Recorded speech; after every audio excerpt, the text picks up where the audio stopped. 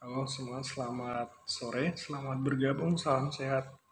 Hari ini kita akan belajar tentang materi ilmu penyakit ya. Nah, nantinya saya akan tampilkan dalam bentuk PDF, untuk PowerPoint, dan mari kita sama-sama belajar ya.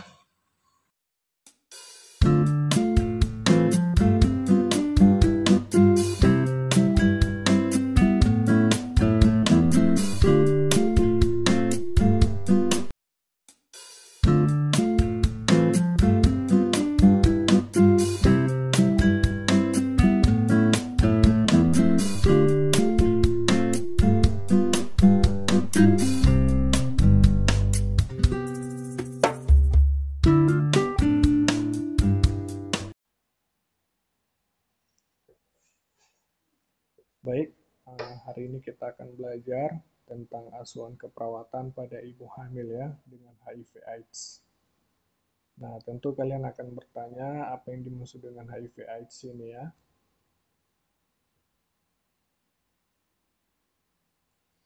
Nah, sebelum kita masuk ke HIV/AIDS, terlebih dahulu kita fokuskan pada asuhan keperawatan pada ibu hamil ya.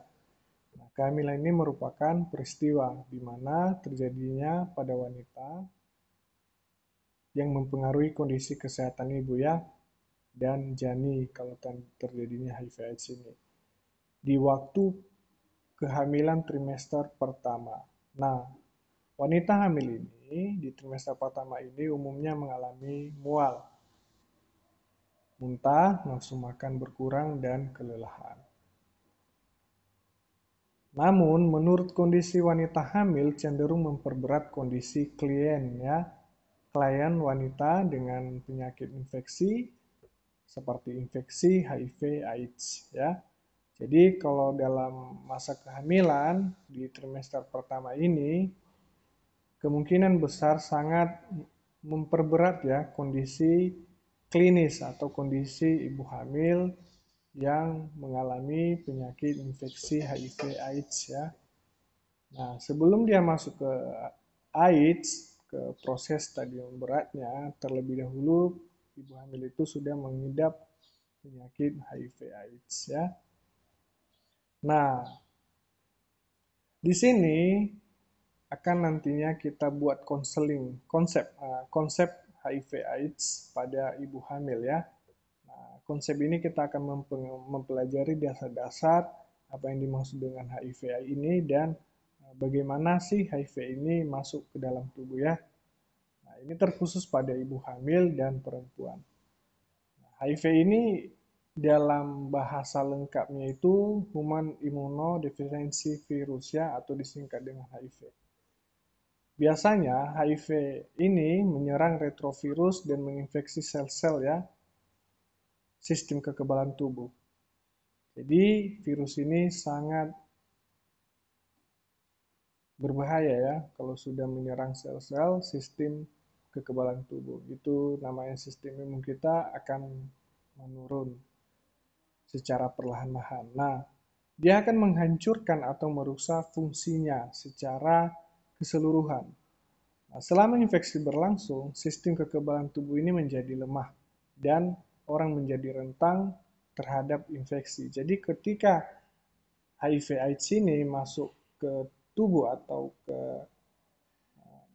sel-sel sistem kekebalan tubuh ibu, dia akan menghancurkannya dan merusak fungsinya secara baik. Nah, fungsi kekebalan tubuh ini sebagai tentara ya untuk mempertahankan antibodi yang ada dalam tubuh kita. Nah, selama berinfeksi berlangsung, sistem kekebalan tubuh ini menjadi lemah. Nah, kalau sudah lemah, tentu kondisi ibu hamil ini mengalami masalah ya yang serius, apalagi dalam keadaan hamil trimester pertama dan sampai dengan berikutnya. Nah, ini sangat rentan ya, rentan terhadap infeksi, baik infeksi apapun nantinya sangat rentan. Jadi kalau ibu hamil ini sudah mengalami HIV/AIDS sebelum dia masuk ke AIDS, dia terlebih dahulu merusak sistem imun ya.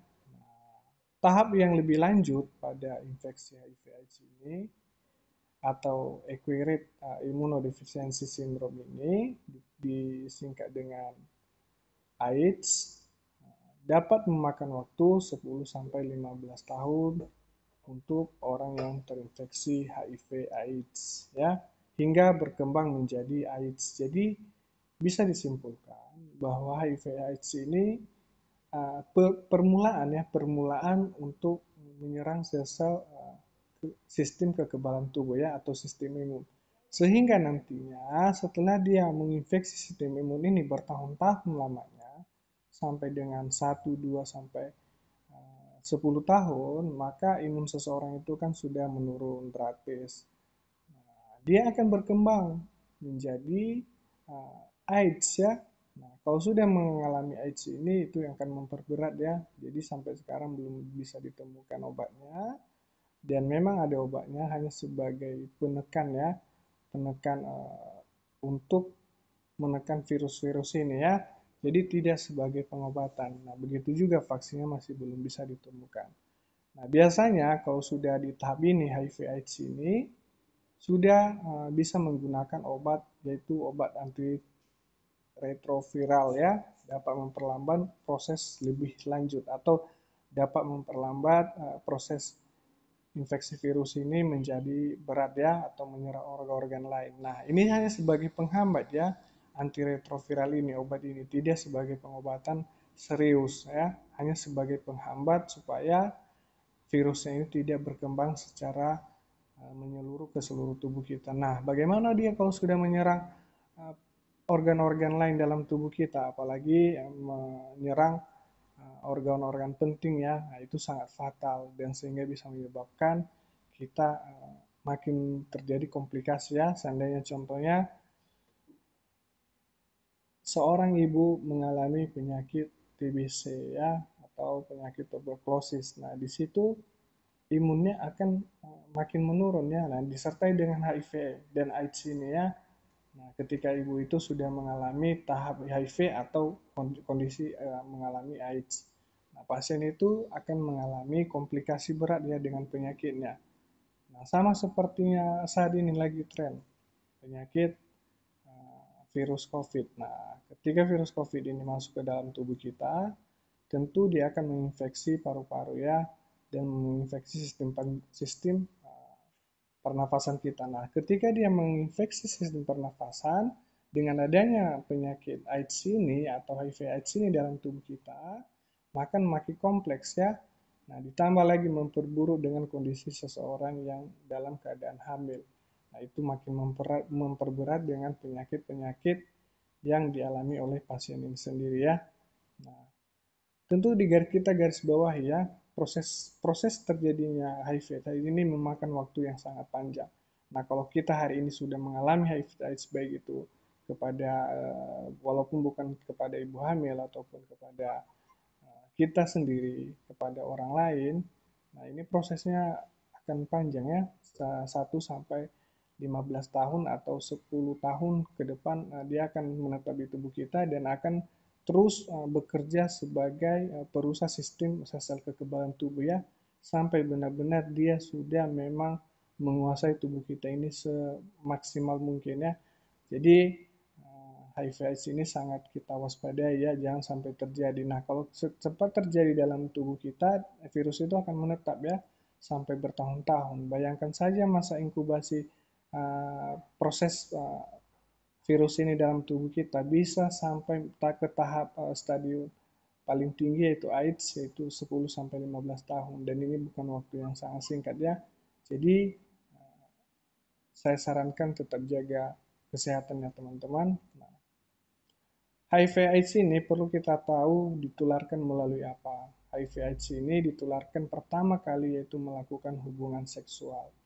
Nah, sebelum ibu ini mengalami kehamilan atau sudah melakukan, tentu pernah melakukan hubungan seksual, walaupun secara tidak langsung kepada suaminya atau suaminya melakukan kontak dengan orang lain yang mengalami HIV/AIDS ini sangat fatal ya.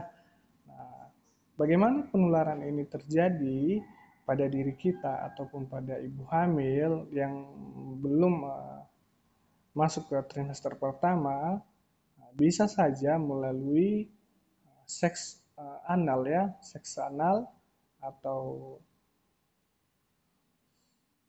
dubur atau tempat pembuangan air besar, kemudian seks melalui vagina juga bisa, dan transfusi darah. Nah, ini kenapa bisa terjadi? Karena adanya kontaminasi. Kontaminasi ini memperberat kondisi virus itu berkembang ya. Nah, berbagai jarum juga bisa terkena ya. Contohnya pada pasien yang mengalami HIV/AIDS ketika kita di satu lokasi yang sama atau di rumah sakit, jarum suntik itu sempat kena ke kita atau tertusuk ke kita. Nah, dia akan masuk melalui darah kita ya, dan dia akan berkembang virus itu. Nah, ini yang perlu kita waspadai. Nah, kalau di rumah sakit tidak ada seperti ini ya, selalu di setiap penggunaan suntik itu, alat kontak suntik itu selalu ditutup ya, dengan prosedur yang sudah berlaku di sana. Nah, begitu juga ketika pasien yang mengalami HIV/AIDS ini mempunyai mempunyai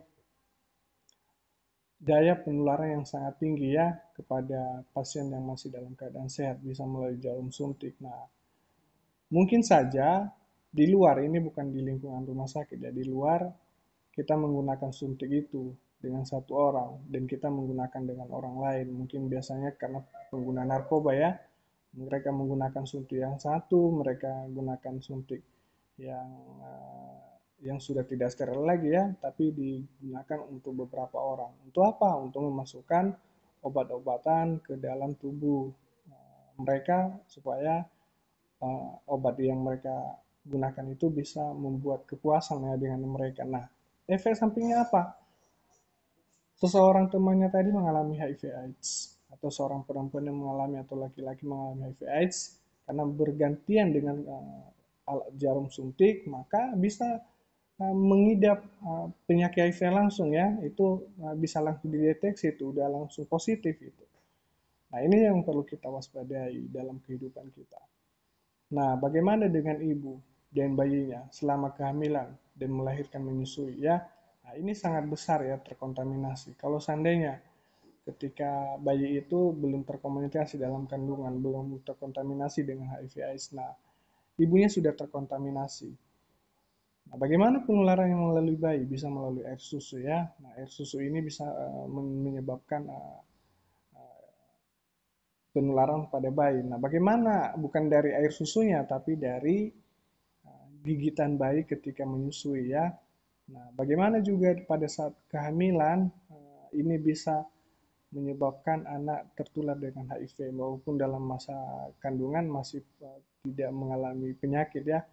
Nah, waktu dia dilahirkan itu dia meminum cairan ya, cairan ketuba dari ibu yang melahirkan dia ya. Nah, ketika dia minum air ketuba itu sudah positif, itu dia akan menularkan HIV/AIDS ya. Dan itu sangat berbahaya. Nah, ini salah satu penularan-penularan yang harus kita ketahui, yaitu hubungan seks ya melalui anal atau anus, pembuangan air besar melalui vagina atau jenis kelamin melalui transfusi darah atau melalui donor darah bisa, tapi donor darah itu bisa saja karena tidak memperhatikan ya pemeriksaannya. Biasanya kalau transfusi darah sekarang ini sudah memang steril. Nah, bagaimana terkontaminasinya? Bisa melalui dari jarum ya yang sudah kita gunakan tadi ya, seperti yang kasih contoh tadi, orang-orang yang mengalami HIV/AIDS dan menggunakan jarum yang berbeda-beda. Nah, itu sangat berbahaya. Bisa dipahami sejauh ini ya. Nah, AIDS itu acquired atau immunodeficiency syndrome ya. Dalam arti suatu penyakit retrovirus ya. Nah, retrovirus ini menekan satu sistem imun ya. Epidemik, menular dan disebabkan oleh infeksi HIV/AIDS. Ya. Nah, sehingga ini AIDS ini tidak bermula langsung saja ya, tidak langsung dikatakan acquired immunodeficiency syndrome, tapi berlangsung ke awal yaitu HIV ya. Nah, kalau sudah muncul HIV, otomatis dia akan berkelanjutan ke AIDS ya. baik kalau pada ibu hamil sangat berbahaya ya, dan begitu juga dengan diri kita sendiri. Nah, bukan hanya mengarah pada ibu hamil juga, tapi diri kita juga bisa ya. Nah, pada kasus berat biasanya manifestasi. Nah, tanda dan gejalanya sebagai depresi berat, yaitu imunitas selulernya sangat menurun ya. Nah, kalau sudah imunitas selulernya sangat menurun itu sangat berbahaya. Mengenai kelompok risiko tertentu termasuk biasanya pria. Nah, HIV/AIDS ini eh, sangat berbahaya ya kepada kaum laki-laki dan kaum perempuan. Bisa dikatakan ini tidak akan memilih-milih, dia sama siapa saja bisa mengalami HIV/AIDS ini ya, dan dia tidak mengenal usia, dia tidak mengenal jenis kelamin ya. HIV/AIDS ini bisa menular. Nah, ketika risiko ini termasuk sangat berat pada homoseksual ya, atau melakukan homoseksual ini sangat fatal karena di pembuangan air besar itu termasuk banyak sekali yang sering mengalami ini ya, awal dari atau infeksinya jenis kelamin dari seseorang itu ya, atau terjadinya penularan HIV. Nah, kalau sudah terjadi seperti ini sangat memperberat ya. Nah, kemudian biseksual atau seperti uh, ini ya, bisa juga seperti lesbian juga bisa ya. Penyalahgunaan juga bisa, penyalahgunaan obat seperti nabza. Nabza itu termasuk golongan-golongan obat-obat narkotika ya, dan itu sangat fatal. Nah, obat-obatan ini juga bisa digunakan melalui intravena dan penderita hemofilia dan penerimaan transfusi darah. Nah, selain dari obat-obatan, obat-obatan intravena itu yang disuntik melalui ini, melalui vena ya, yang dekat lengan ini ya. Nah, transfusi darah ini salah satu bisa menularkannya atau langsung memberikan transfusi darah tanpa melakukan pemeriksaan lengkap. Nah, ini sangat berbahaya. Nah, hubungan seksual juga secara individu yang terinfeksi virus tersebut yaitu ya. Nah, kalau sudah mengalami HIV/AIDS atau AIDS ya, ketika dia berhubungan dengan orang lain, melakukan hubungan seksual melalui dubur, melalui ini vagina, kemudian bisa karena homoseks, ini sangat fatal. Ini mungkin memperberat penyakit dari seseorang itu. Kenapa AIDS ini merupakan bentuk paling hebat dari infeksi HIV? Karena dia adalah sudah dikatakan inilah penyakit yang paling berbahaya di dunia saat ini ya, yaitu AIDS. Nah, AIDS ini merupakan bentuk paling hebat dari infeksi HIV.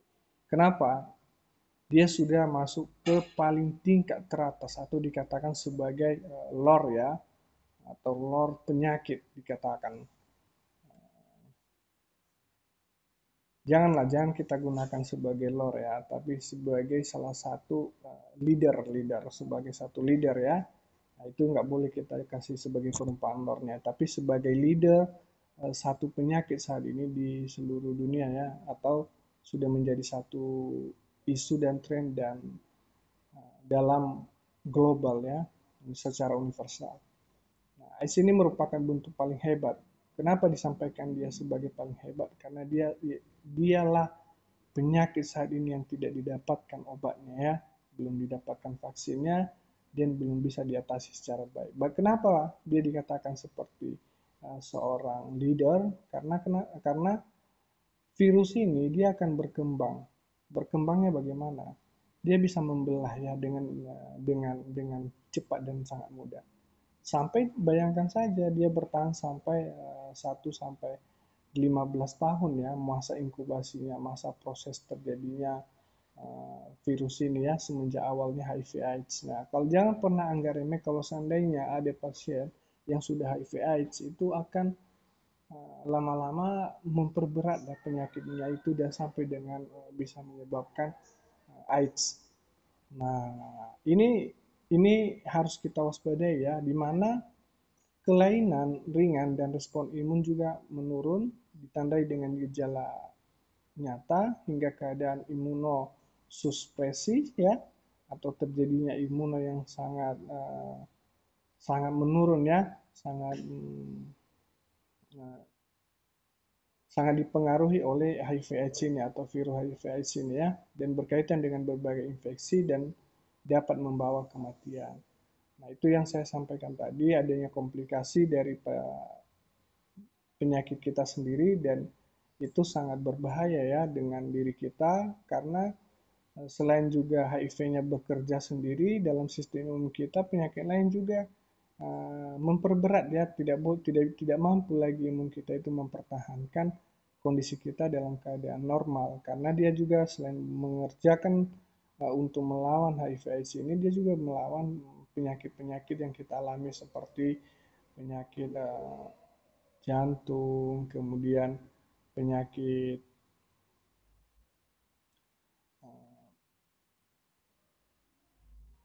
penyakit-penyakit lainnya ya.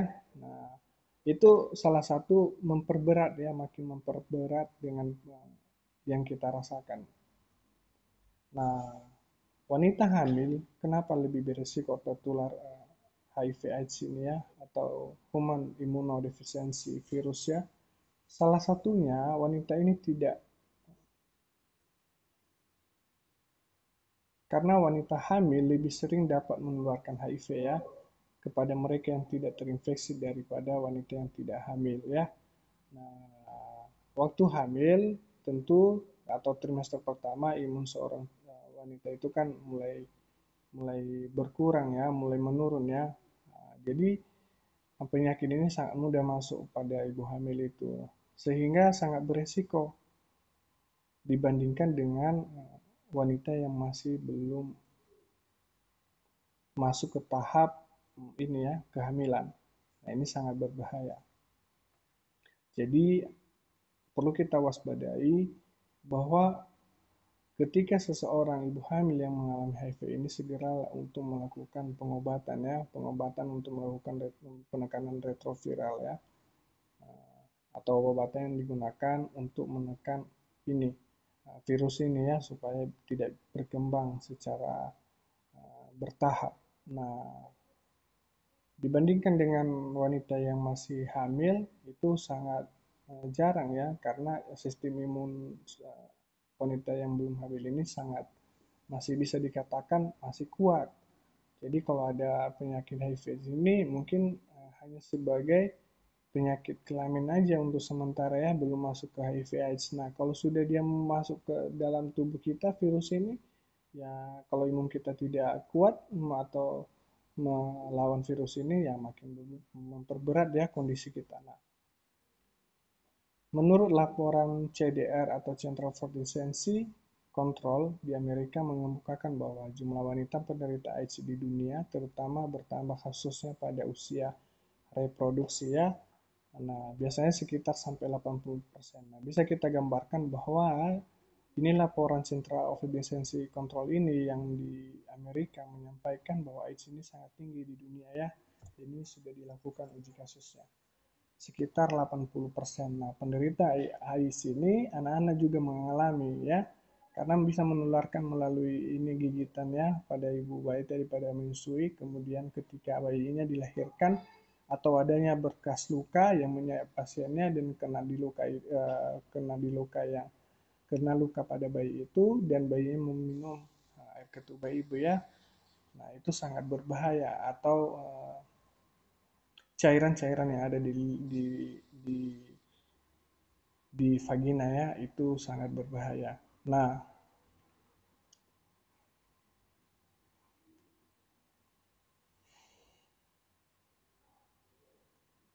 itu bisa kita lihat gambarannya. Nah, wanita usia produksi merupakan usia yang berisiko ya tertular HIV/AIDS karena masa-masa reproduksi sangat bagus ya dan itu bisa sangat berisiko ya tertular HIV ini. Di mana dari profil umum di kecenderungan bahwa HIV ini wanita mengarah ke umur yang lebih muda ya. Dan artinya bahwa usia muda lebih banyak terdapat wanita yang terinfeksi HIV/AIDS ini. Sedangkan pada usia di atas 45 tahun infeksi ini pada wanita lebih sedikit ya. Nah, ada alasannya. Ya, bisa saja pada usia muda ini ya, melakukan hubungan seks ya secara tidak terkontrol atau sembarangan, kemudian tidak menjaga kebersihan atau melakukan hubungan seks yang tidak biasa, dan penularan HIV ini sangat cepat ya. Nah, dibandingkan dengan usia tua ini biasanya gairah seks sudah mulai berkurang ya. Nah, jarang kali melakukan hubungan seks dengan orang lain, kemudian dengan sembarangan, dan biasanya sistem imunnya masih dalam keadaan ini ya, kuat ya. Nah, bagaimana sih proses terjadinya etiologi pada AIDS ini? Pertama, penyebab AIDS ini adalah sejenis virus ya yang tergolong retrovirus yang disebut dengan Human Immunodeficiency Virus ya atau singkatan HIV. Nah, yang kedua, sebelum dia masuk ke ini ke jenjang ini lebih tinggi tingkatannya, Human Immunodeficiency Virus ini bisa dikatakan sejenis retrovirus ya, atau dia bekerja di RNA ya, dalam bentuk yang aslinya merupakan partikel yang inert dan tidak dapat berkembang atau melukai ya. Memang virus ini tidak melukai ya, dan tidak dapat berkembang di luar dari tubuh ya. Nah, sampai ia masuk ke sel target.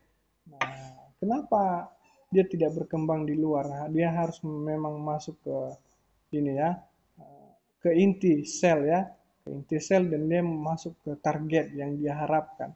Nah, selagi masih dia di luar, dia tidak akan berkembang. Nah, ketika masuk dia ke sel target virus ini terutama sel limfosit ya. Nah, limfosit T, karena ia mempunyai reseptor atau penyerapan untuk virus HIV/AIDS ya. Jadi sel limfosit ini mempunyai satu reseptor. Nah, reseptor ini dia sangat cepat menyerap virus ya, dan disebut dengan CD4 ya. Nah, di dalam sel limfositnya, limfosit T ini virus dapat berkembang dengan secara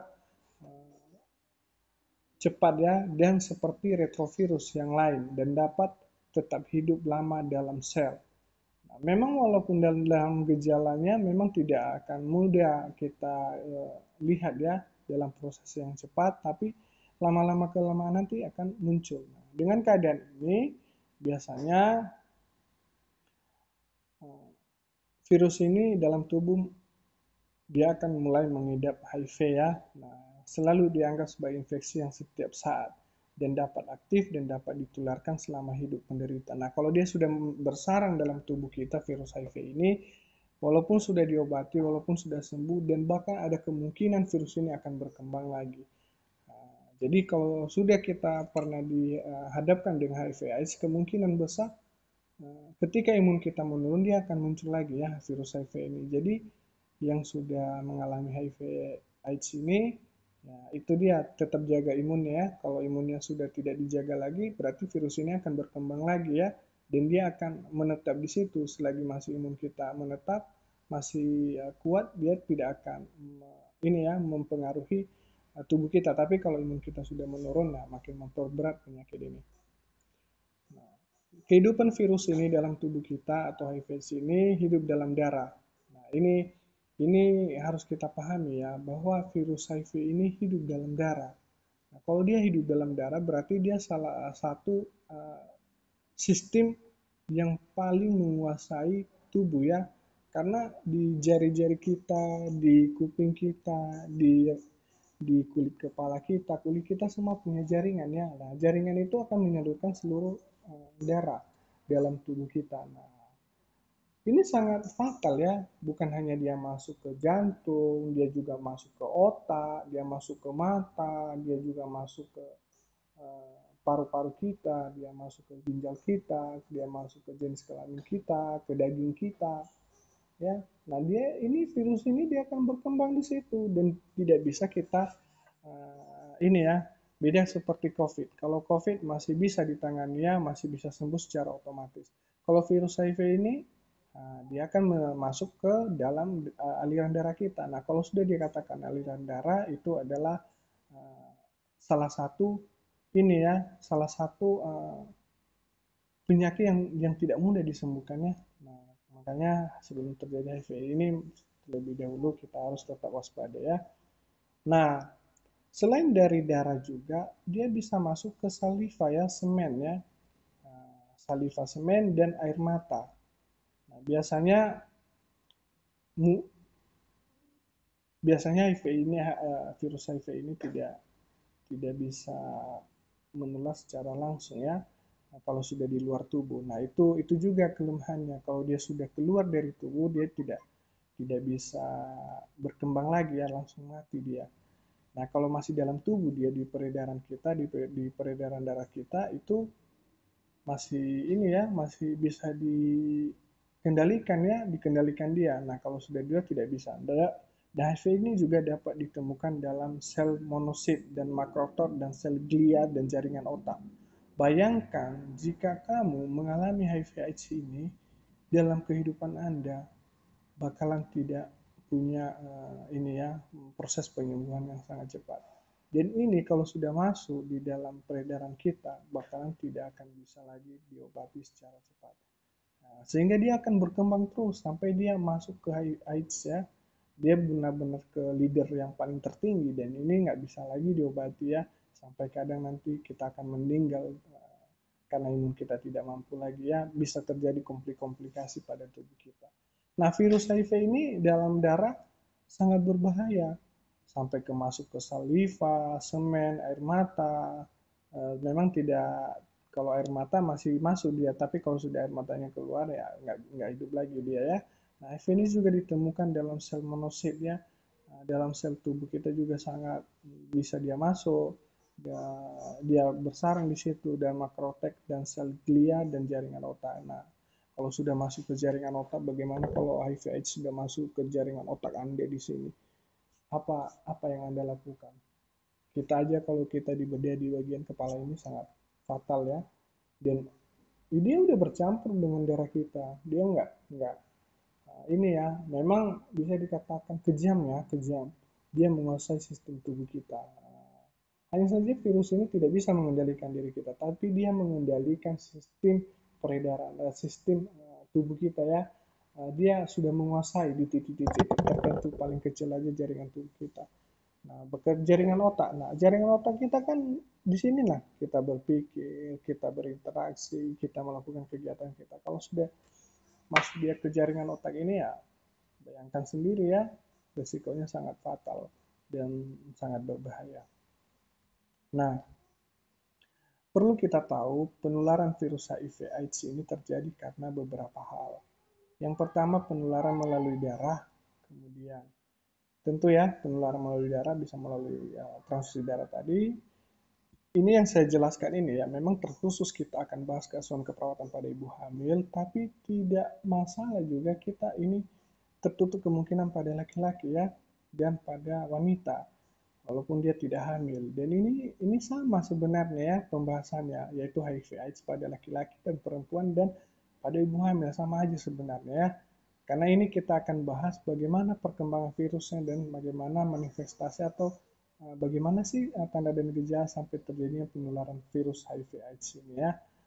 Nah, ada beberapa. Pertama, penularan melalui darah. Tentu dari darah tadi, karena dia sudah menguasai sistem tubuh kita, peredaran darah kita, dia sudah menguasai semuanya, dia sudah di situ virusnya.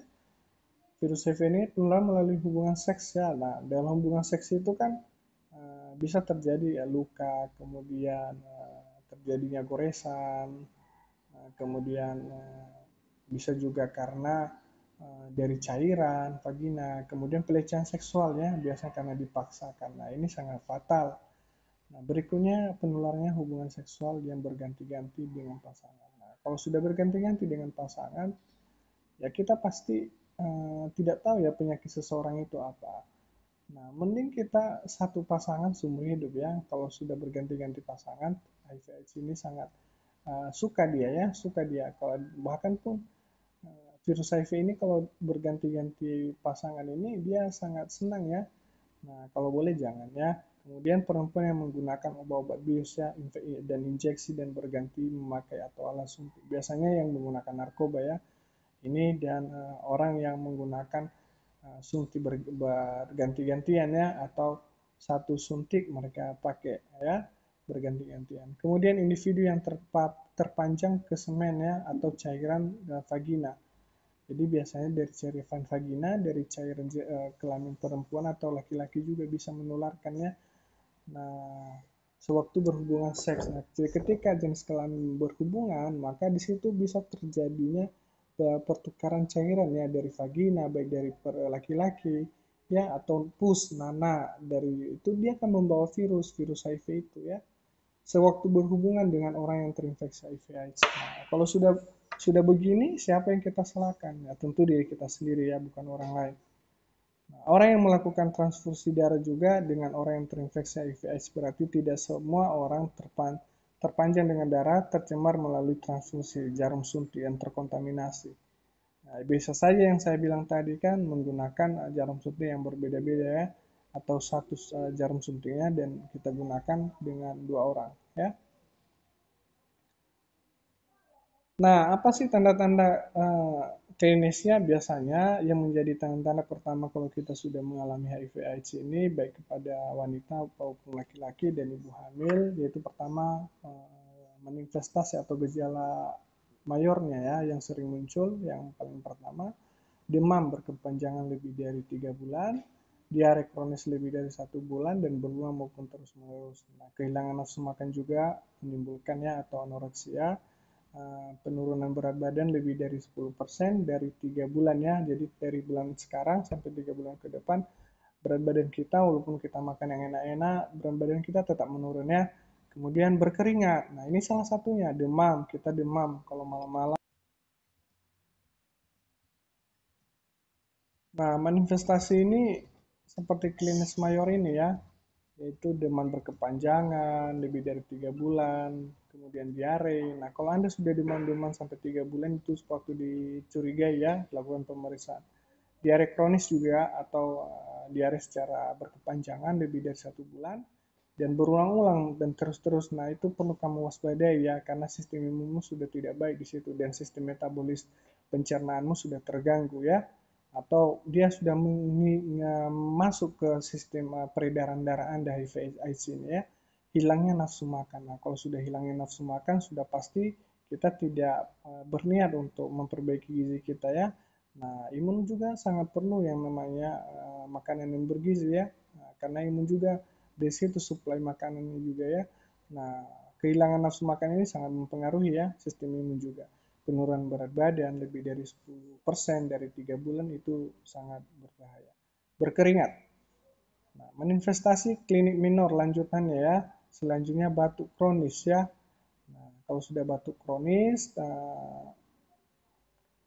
berkepanjangan itu patut di ini ya dicari tahu infeksi pada mulut. Biasanya di mulut ini ada keputih-putihan dan tidak cepat untuk diobati ya.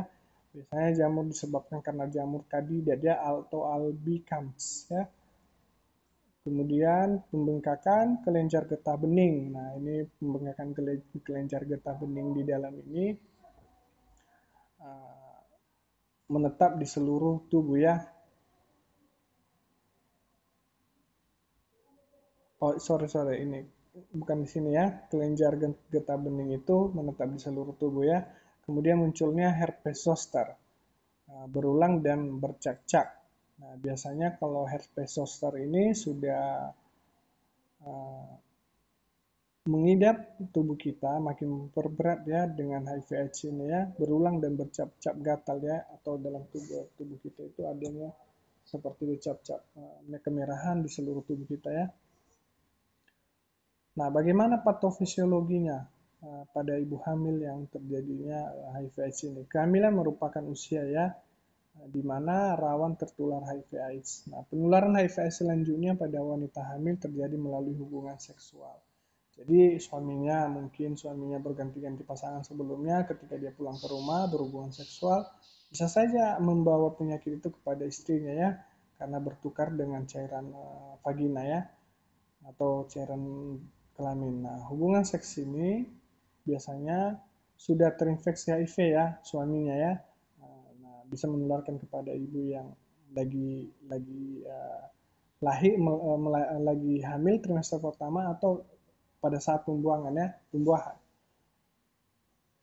Pada negara berkembang, istri tidak berani mengatur kehidupan seksual suami ya. Biasanya kalau di luar negeri, mereka tidak berani mengatur suaminya jangan ke sini, bekerja ke sini atau seksmu begini. Ya, mereka selalu biasakan. Jadi suaminya ya bisa saja dia melakukan gonta-ganti pasangan ya di luar sana. Nah, itu salah satu resiko ya di negara-negara berkembang. Kenapa? Karena itu mempengaruhi yaitu ini ya sistem keluarga ya. Nah, jadi tentu seorang laki-laki itu sebagai pimpinannya dalam keluarga. Nah, kalau sudah terjadi seperti ini sangat berfatal ya dengan risiko. Nah, kondisi ini dipengaruhi oleh sosial biasanya karena interaksi dengan orang lainnya atau dengan luar. Kemudian ekonomi juga sangat mempengaruhi, baik ekonomi wanita ya, nah, yang masih rendah dan istri yang sangat percaya bahwa suaminya setia. Nah, seringkali ya istri percaya dengan suaminya setia dan suaminya kadang laki-laki juga melakukan hubungan seks di luar dengan bergonta-ganti pasangan dan biasanya ini sering ya muncul terjadi ya bukan hanya kepada jenis pekerjaan apapun siapapun bisa selagi masih ada kesempatan dia gunakan dengan merusak dirinya ya pasti bisa ya. Istri sangat percaya bahwa suami setia dan lagi pula masalah seksual masing-masing dianggap sebagai tabu ya untuk dibicarakan. Jadi masalah seksual ini sudah tidak masih ini ya tabu yang untuk apa dibicarakan masalah ini ya tidak terlalu diinikan ya dipublikasikan sekali dan memang sudah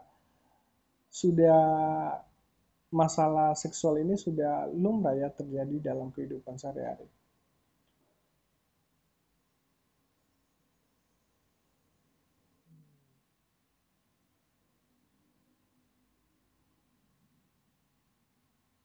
Nah, kembali saya bagaimana patofisiologinya ya, tentu berbeda dengan etiologi ya. Nah, virus ini tergolong retrovirus merupakan standar RNA tunggal dan terbungkus. Bila termasuk tubuh virus akan melekat pada reseptor ya atau CD4 dan sel terinfeksi ya. Begitu proses terjadinya HIV/AIDS ini ya. Kemudian virus menggunakan enzim atau reseptor transkriptase yang mampu membentuk DNA. Nah, dia masuk di situ di DNA kita ya secara ganda dan standar DNA-nya ganda ya. Ini mampu masuk ke sekrosel dan menuju intinya ya dan bersatu dengan DNA. Nah, kalau sudah bersatu dengan DNA di dalam inti sel maka virus ini mulai melakukan apa ya perkembangan virusnya ya. Nah, yang asli dan DNA virus ini dapat membentuk RNA dan terinfeksi dan RNA-nya juga akan membawa tanda berita sehingga dapat membentuk proteinnya. Nah, ini beginilah terjadinya virus HIV/AIDS itu ya. Nah, pertumbuhan virus HIV terbatas pada limfosit ya, dia menghambat di situ. Dan monosit dan makrofag dan bersumber membentuk sumsum tulang yaitu yang segmen tadi ya di dalam pembentukan sumber tulang tertentu ya. Secara intraseluler, virus dapat memecah diri sehingga setelah selnya hancur dapat dikeluarkan oleh virus HIV/AIDS ya.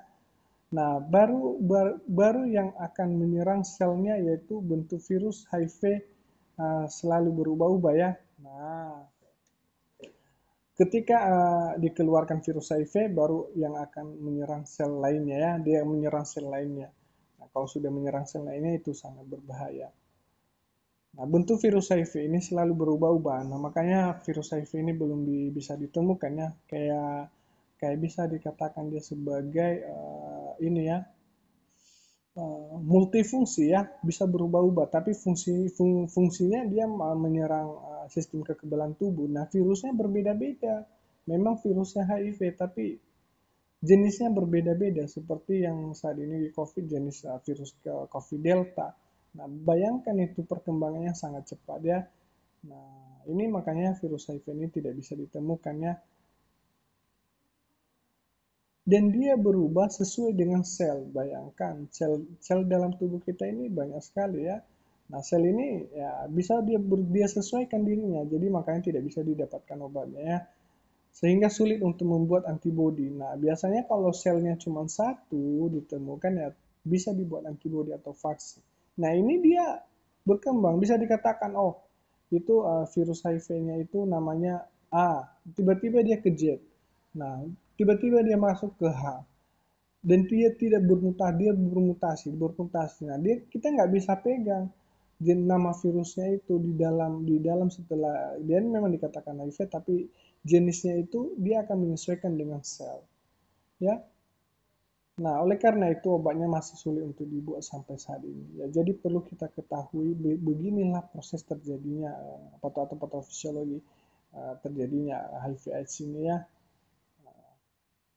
Berarti saya ulangi lagi, ya, atau kita lanjutkan lah. Ini pasti kalian sudah mengerti, ya. Nah, tentu ini akan menjadi salah satu pemahaman buat kalian bagaimana sih virus HIV ini bisa masuk ke dalam tubuh kita sehingga bisa dia menetap dan menandakan HIV/AIDS, ya, sebelum ke AIDS. Dan obatnya juga belum bisa ditemukan sampai sekarang, ya. Penularan HIV dari ibu kepada bayi. Biasanya cara penularan virus HIV kepada bayi pada wanita melakukan hubungan seksual, ya. Salah satu seorang peneliti mengemukakan bahwa penularan dari suami yang terinfeksi HIV ke istrinya sejumlah 22%. Dan istrinya terinfeksi HIV ke suaminya sejumlah 8%, hanya sedikit. Biasanya kalau istrinya suka jajan, ya, atau suaminya juga. Nah, kalau suaminya suka jajan ditemukan 22%, ya. Kalau istrinya juga 8%, ya, bisa karena kontaminasi dan juga bisa karena ibunya sendiri, ya. Nah, penularan HIV ini ke anak terjadi karena wanita menderita HIV/AIDS sebagai besar masih berusia subur, sehingga terdapat risiko penularan terinfeksi yang terjadi pada saat kehamilan. Selain itu juga karena terinfeksi dari suami atau pasangan yang sudah terinfeksi HIV/AIDS sering berganti-ganti pasangan atau gaya hidup. Kemudian mengalami infeksi virus atau terjadinya bakteri, ya. Begitu salah satu penularannya, ya. Kemudian akibat dari parasit, terutama dari malaria pada plasenta atau selama dalam kehamilan. Terinfeksi HIV selama kehamilan membuat meningkatnya muatan virus pada saat itu, ya.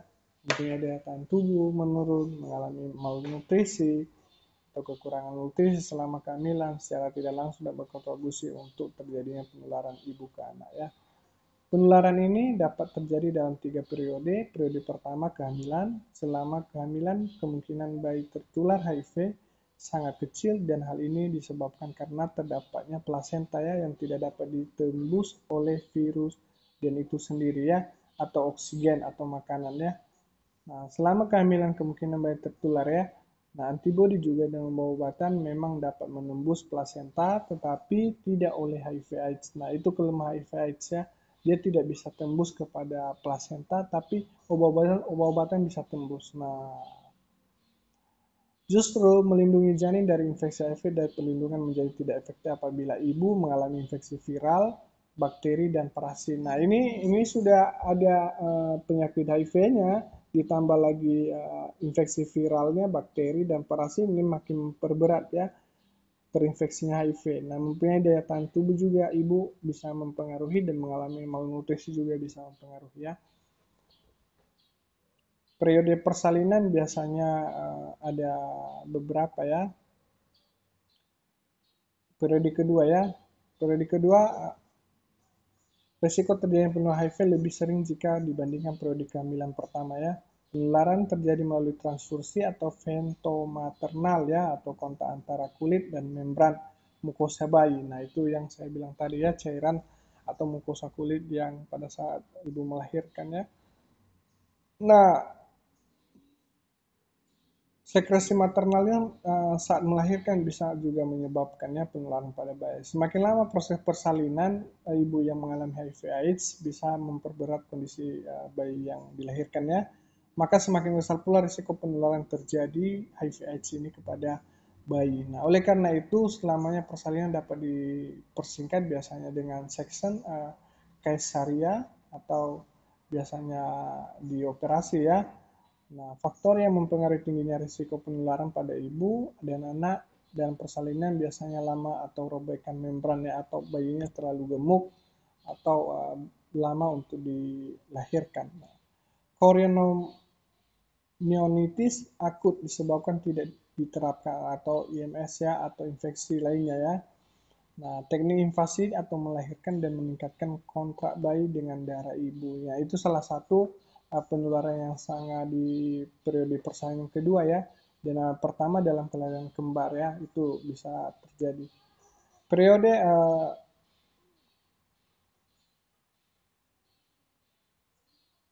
postpartum ya, postpartum biasanya cara penularannya dimasukkan di sini yaitu penularan melalui ASI. Nah, memang pola pemberian ASINya itu yang perlu kita perhatikan ya. Patologi bagaimana? Payudara atau mastitis ya, atau terjadinya kemerah-merahan pada bibir ini, lingkaran dari puting susu itu, dan terjadinya robekan. Nah, itu sangat bisa membahayakan bayinya ya, walaupun tidak mengalami HIV/AIDS. Nah, puting susunya pendarahan terjadi. Nah, terjadi infeksi pada payudara ya, dan bayi ketika menyedot susu ASI bisa memperberat ya penyakit bayi itu atau terkena HIV/AIDS. Nah, lamanya pemberian ASI juga makin lama makin besar kemungkinan infeksi, dan status gizi ibu juga memperburuk ya. Biasanya penularan virus HIV ini transmisi ya, ketika kita melakukan pertama homoseksual dan heteroseksual ya. Kemudian transmisi non-seksual biasanya jarum suntik atau tidak secara langsung, dan alat tindik ya, alat tindik itu yang kita sering gunakan atau kita sempat tertusuk atau orang lain juga kena. Penyalahgunaan narkotika dan suntik.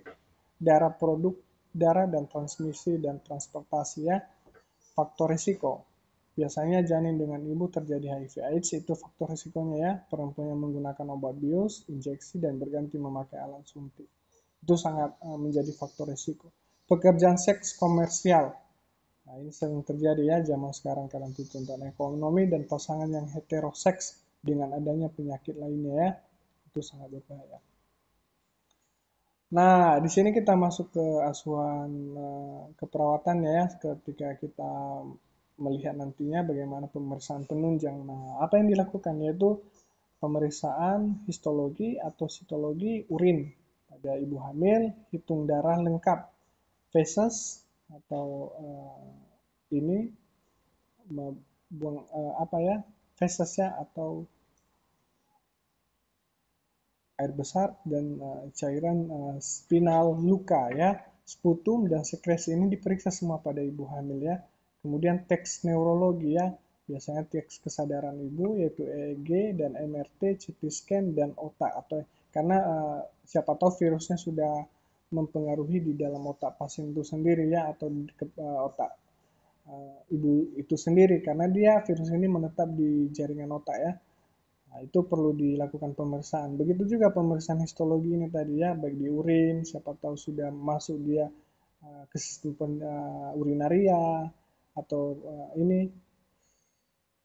sistem perkemihan, kemudian di dalam darah juga, apa di dalam darah yang sudah mengidap virus ini sudah masuk ke tahap menuju HIV/AIDS, kemudian di fesesnya juga cairan spinal, luka juga dilihat, kemudian sputum juga, sputum atau dahaknya, sekresi juga air liurnya ya. Nah, tes neurologi atau tes saraf ya, biasanya ini untuk melihat apakah virusnya sudah memperberat penyakit dari HIV/AIDS ini ya pada ibu hamil. Kemudian tes lain, sinar X, menyatakan perkembangan filtrasi intensitas atau PCF, tak berlanjut atau adanya komplikasi lain seperti fungsi pulmonal untuk deteksi awal pneumonia interstitial dan scan gliun, biospa dan bronkoskopi ya. Nah, tes antibodi ya, ini perlu ya di tes antibodi pada ibu hamil. Kenapa tes dilakukan tes ELISA atau Esmin-Like immunosorbentasi untuk menunjukkan bahwa seorang pernah terinfeksi HIV. Jadi kalau dilakukan pemeriksaan antibodi ini bahwa diketahui ibu ini sudah atau seorang itu sudah pernah mengalami HIV/AIDS ya. Nah, atau Western blot assay esai atau direksi fluoresensi antibodi ya atau IFA untuk mengenal antibodi HIV. Jadi bagaimana sih antibodi HIV ini dalam tubuh ya untuk dipastikan bahwa adanya resepsitivitas HIV ya. Nah, kemudian indirect atau immunogloricin sebagai pengganti pemeriksaan Western atau blood untuk memastikan seropositivitas ya. Nah, pemeriksaan berikutnya itu pemeriksaan antibodi radioimmunoprecipitation ya, assay mendeteksi protein pada antibodi ya. Nah, berikutnya penderita HIV dilakukan dengan pemeriksaan P24 antigen capture assay dengan kadar yang sangat rendah ya. Penata laksananya, distri rekomendasi atau yang perlu dilakukan pada ibu hamil biasanya direkomendasikan untuk menyusui bayi mereka setidaknya sampai usia 12 bulan ya. Direkomendasikan bahwa makanan pengganti tidak boleh digunakan kecuali jika dapat diterima, layak dan terjangkau ya, dan berkelanjutan dan aman ya. Pemberian antiretroviral bertujuan agar viral atau LOR rendah ya, sehingga jumlah virus juga akan dalam darah, dalam cairan tubuh kurang efektif dan untuk menurunkan HIV/AIDS ya. Belum ada penyembuhan untuk AIDS dan jadi yang dilakukan adalah pencegahan seperti yang telah dijelaskan sebelumnya. Bagaimana cara pencegahannya kepada ibu hamil yang mengalami HIV/AIDS ini? Ya, pertama penggunaan obat baik itu dengan pria, baik dengan wanita yang belum hamilnya. Penggunaan obat sama semua penggunaan obatnya, yaitu penggunaan obat yaitu antiretroviral selama kehamilan atau selama kita mengalami HIV/AIDS itu, dan saat kalau pada ibu hamil yaitu saat persalinan untuk bayi yang baru dilahirkan harus diberikan. Kemudian penanganan obstetrik selama persalinan menggunakan metode section ya. Kemudian penanganan selama mempunyai pemberian susu formula sebagai pengganti ASI yang diambilkan untuk bayi dengan ibu yang positif HIV ya. Nah, asuhan keperawatan. Yang pertama kita lakukan pengkajian mulai dari data yang kumpulkan dari klien sebelum dan selama kehamilan. Identitas pasien juga kita catat, riwayat kesehatan juga, masa lalu, sekarang, menstruasinya juga kita lihat, reproduksinya kita perhatikan, apakah ada gangguan, keluhan utama, dan data psikologi, bagaimana psikologi kondisi pasien itu, apakah tertekan atau depresi, bagaimana. Ibu hamil dengan HIV/AIDS, nah takut akan penularan pada bayi bisa muncul di kandung bayi, keluarga pasien cenderung untuk menjauh hingga menambahkan tekanannya. Kalau sudah mempengaruhi psikologi pada ibu hamil itu sangat fatal ya pada saat anaknya melahirkan, atau ibunya juga bisa mengalami depresi ya. Pemeriksaan fisik, breathing ya, biasanya kita kaji nafas ya. Ibu hamil apabila ibu telah terinfeksi sistem pernafasannya, maka sepanjang jalan pernafasan akan mengalami gangguan, misalnya respirasi ya, atau peningkatan pernafasan itu meningkat, dan kebersihan jalan nafas juga bisa mempengaruhi ya. Atau kemudian blood ini pemeriksaan darah ya. Biasanya kita melihat virus atau HIV/AIDS ini bagaimana penularan sel T-nya di dalam darah itu, kemudian jumlah sel T-nya, T4-nya dalam helper, jumlah sel T8-nya dengan perbandingan 2:1 dengan sel T4 banding T4 dan peningkatan nilai kuantitatifnya ya, atau P24. Nah, protein atau pembungkus HIV atau peningkatan kadar IgE dan IgE M dan IgA ya, reaksi rantai polimerase untuk mendeteksi DNA, virus, dan jumlah sedikit pada infeksi sel perifer ya, atau monoseluler, serta tes PHS dan untuk pembungkus hepatitis B dan antibodi sifilis dan CMF mungkin positif. Nah, ini pemeriksaan fisik ya. Kemudian brain ya, tingkat kesadaran ibu bagaimana, karena ibu yang mengalami HIV/AIDS ini terkadang mengalami penurunan tekanan proses penyakit ya. Hal ini didapatkan oleh gangguan imunitas dari ibu itu sendiri ya. Kemudian bowel, biasanya sistem pencernaan pada ibu hamil akan mengalami gangguan. Kebanyakan gangguan tersebut diare, lama sampai berkepanjangan bisa 1 bulan, dan hal ini disebabkan oleh penurunan sistem imunnya yang berada di tubuh sehingga bakteri yang ada di dalam saluran pencernaan akan mengalami gangguan. Hal ini untuk penyebab infeksi saluran pencernaan. Kemudian bladder ya. Bladder ini adalah kaji tingkat urinnya bagaimana kondisi secara patologi. Hal ini dapat mengidentifikasi bahwa ada gangguan pada sistem perkembihan dan biasanya imunitas menurut resiko infeksi dan uretra klien ya. Bone, biasanya kaji respon klien ya, apakah mengalami kesulitan bergerak atau secara refleks bergerak pada ibu hamil. Kebutuhan akan kalsium juga kita perhatikan, kalsium untuk memenuhi tulangnya. Kemudian ada yang peningkatan atau pemeriksaan apakah ada risiko osteoporosis ya. Nah, kalau sudah ada osteoartritis pada tulang, biasanya ini sangat berbahaya, dapat memburuk dengan ibu hamil. Nah, berikutnya diagnosa atau perawatan ya. Risiko tinggi infeksi berhubungan dengan imunosupres atau malnutrisi dan pola hidup yang berisiko ya. Perubahan nutrisinya juga kurang dari kebutuhan tubuh, berhubungan dengan pengeluaran yang berlebihan, biasanya muntah dan diare yang dialami pasien atau ibu hamil yang mengalami HIV/AIDS ya. Nyeri akut atau kronis berhubungan dengan inflamasi, kejang abdomen dan infeksi. Dan berikutnya kurangnya pengetahuan berhubungan dengan HIV/AIDS dan perjalanan penyebaran penyakit, efek jangka panjang dan waktu dan janinnya. Apa yang perlu direncanakan yaitu di risiko tinggi infeksi berhubungan dengan imunosupres, malnutrisi dan pola hidup yang berisiko. Tujuannya apa? Infeksi tidak terjadi ya, supaya infeksi tidak terjadi ya. Hasilnya yaitu mengidentifikasi ya dalam perilaku, mengurangi risiko infeksi dan tidak demam dan bebas dari pengeluaran sekres dan perulen, dan tanda-tanda dari kondisi infeksinya juga berkurang ya.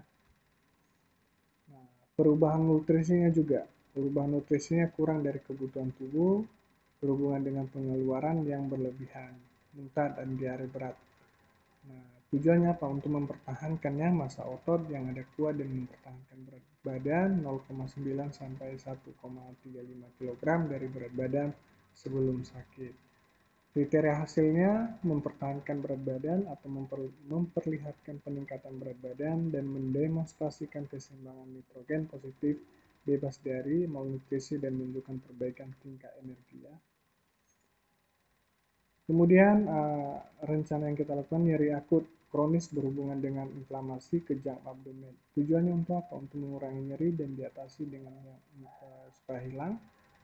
Apa yang kita capai? Hilangnya rasa nyeri, terkontrolnya rasa sakit, menunjukkan posisi ekspresi wajah dan rileks. Berikutnya rencana yang kita lakukan yaitu kurangnya pengetahuan hubungan dengan HIV/AIDS, perjalanan penyebaran penyakit jangka panjang pada waktu dan janin. Nah, apa tujuannya? Untuk mengetahui pengertian penyebab akibat dari penata laksanaan penyakit HIV/AIDS. Apa yang kita harapkan hasilnya? Mengungkapkan pemahaman klien tentang kondisi proses penyakit dan tindakan melalui perubahan gaya hidup sesuai dengan partisipasi dalam aturan perawatan ya. Evaluasi hasil dari tindakan kita ini sesuai dengan perencanaan, baik dalam pengkajian, kemudian baik dalam analisa data, prioritas masalah, diagnosa, implementasi, intervensi, dan evaluasi ya. Evaluasi yang kita lakukan yaitu tindakan keperawatan pertama, yaitu diagnosa pertama mengidentifikasi ikut serta dalam perilaku yang mengurangi risiko infeksi dan tidak demam ya. Demamnya sudah berkurang di sini. Dan bebas dari pengeluaran sekresi, tidak lagi mengeluarkan sekresi, purulen dan tanda-tanda lainnya sudah kondisi infeksi sudah membaik. Kemudian diagnosa kedua bagaimana dari hasil evaluasi mempertahankan berat badan atau memperlihatkan peningkatan berat badan, mendemonstrasikan keseimbangan nitrogen positif, bebas dari malnutrisi dan menunjukkan perbaikan tingkat energi ya. Diagnosa ketiga, hilangnya terkontrol rasa sakit, menunjukkan posisi ekspresi wajah sudah mulai rileks ya pada ibu hamil, Dan diagnosa yang keempat yang kita lakukan sesuai dengan implementasi dan intervensi keperawatan, yaitu mengungkapkan pemahaman tentang kondisi proses penyakit, tindakan melakukan perubahan gaya hidup yang sesuai dengan berpartisipasi dalam aturan perawat ya. Baik, itu aja yang saya sampaikan untuk askep pada ibu hamil ini dengan HIV/AIDS. Sekian dan salam sehat dan sampai jumpa di video berikutnya ya. Terima kasih.